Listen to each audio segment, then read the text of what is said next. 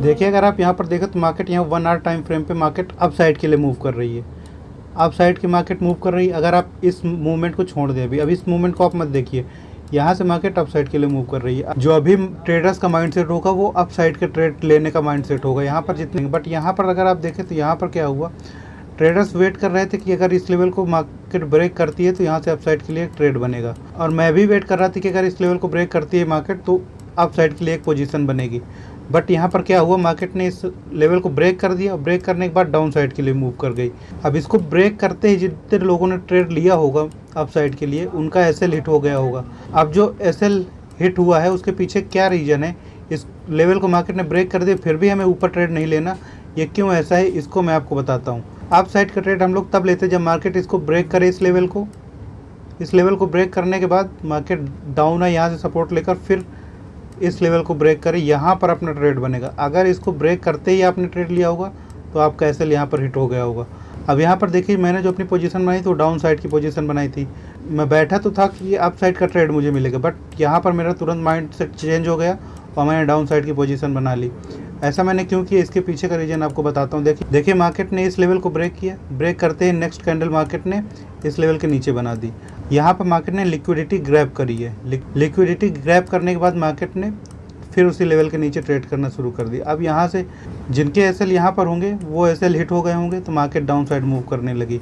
जो मैंने अपनी एंट्री बनाई थी इस लेवल पर एंट्री बनाई थी। तो अब मैं आपको बताता हूँ कि ट्रेलिंग एसएल आपको कितना बेनिफिट कर सकता है। आप लंबे अगर ट्रेड होल्ड करना चाहते हैं तो ट्रेलिंग एसएल आपको कितना बेनिफिट कर सकता है, कितना हेल्पफुल होता है ट्रेलिंग एसएल। अब यहाँ पर देखिए मैंने यहाँ पर अपना एंट्री बनाई। यहाँ पर जैसे मार्केट ने इस कैंडल को नीचे क्लोज किया तो मैंने यहाँ पर एंट्री बनाई और यहाँ से मार्केट डाउन साइड मूव करी। डाउन साइड मूव करने के बाद मैंने ट्रेड लिया था 15 मिनट पर, बट मैं ट्रेड को मैनेज कर रहा था 5 मिनट पर। 5 मिनट पर अगर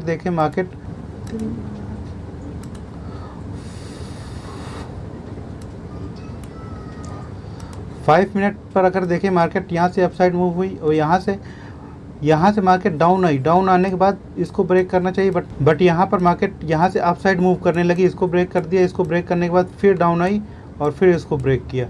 अब मुझसे गलती क्या हुई, मैंने यहाँ पर मैंने अपना एसएल यहाँ पर लगाया था उसको मुझे यहाँ पर ट्रेल करना चाहिए था इसको स्विंग बनाने के बाद, बट मैंने ट्रेल नहीं किया। मुझे लगा कि मार्केट इस लेवल को ब्रेक कर दिए तो मार्केट यहाँ से अपसाइड मूव करेगी, तो मैंने यहाँ से अपना एग्जिट ले लिया। अगर मैं यहाँ पर ट्रेलिंग एसएल का यूज़ करता और यहाँ पर अपना ट्रेलिंग एसएल लगाता तो आप देख सकते हैं कितना बड़ा प्रॉफिट मुझे मिलता, ये आप देख सकते हैं।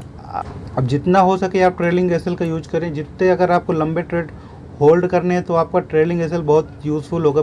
आप ये ना सोचो कि मार्केट अप साइड जाएगी या डाउन साइड जाएगी, आप ये सोचो कि मुझे ट्रेलिंग एसएल का यूज करना है और अगर जब तक मुझे मार्केट खुद से एग्जिट नहीं देती मैं खुद से एग्जिट नहीं लूँगा। या तो मेरा एसएल जाएगा या तो मुझे टारगेट मिलेगा। आप यही अगर माइंडसेट के साथ चलोगे तो आप लंबे ट्रेड होल्ड कर पाओगे।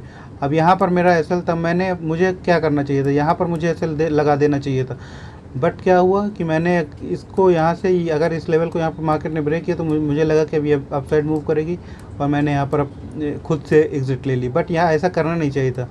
पहला जो एसएल था मेरा यहाँ पर होना चाहिए था, फिर मुझे यहाँ पर एसएल लगाना चाहिए था, फिर यहाँ पे एसएल लगाना, ऐसे करके मुझे यहाँ तक के टारगेट मिल जाते। अब यहाँ पर देखिए मार्केट यहाँ से आने के बाद अपसाइड फिर मूव कर गई। अब मैं यहाँ पर एग्जिट नहीं लूँगा अगर मैं ट्रेलिंग एसएल का यूज़ कर रहा हूँ। यहाँ पर मार्केट आई, यहाँ पर फिर अपसाइड मूव कर गई। 2 बार यहाँ से रिजेक्शन मार्केट को मिला है, बट मैं यहाँ पर एग्जिट नहीं लूँगा कि मुझे यहाँ लग जाए कि मार्केट अब यहाँ इसके ऊपर जाएगी, क्योंकि यहाँ पर 2 बार मार्केट को रिजेक्शन मिल चुका है। मैं यहाँ से एग्जिट अभी नहीं लूँगा। मैं क्या करूँगा, मैं अपना ट्रेलिंग एसएल यहाँ पर लगाऊंगा।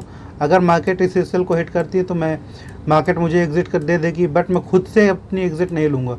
अगर मार्केट इस लेवल को ब्रेक करती है तो मुझे फिर नीचे के प्रॉफिट मिलेंगे। अगर मार्केट मुझको एग्जिट यहाँ पर मेरा एसएल हिट कर देती है तो मैं एग्जिट हो जाऊँगा, लेकिन अगर मार्केट मेरा एसएल नहीं हिट करती तो फिर मैं बैठा हूँ नीचे लंबे टारगेट लेने के लिए।